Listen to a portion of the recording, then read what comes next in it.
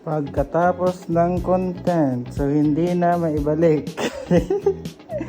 At na-void pa yung warranty. Oh my goodness. Tiki, size 15.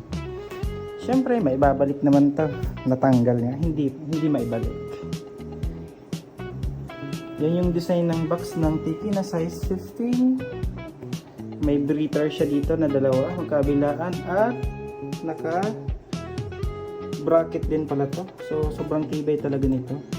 At yung kanyang textured na paint, sobrang napakaganda. Ayan, quality. At may plunge siya dito. Ayun, ganda.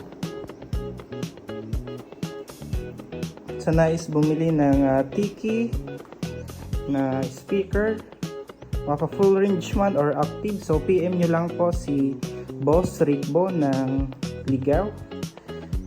Siya po yung distributor at seller ng Tiki sound equipment dito sa Bicol. Ganda.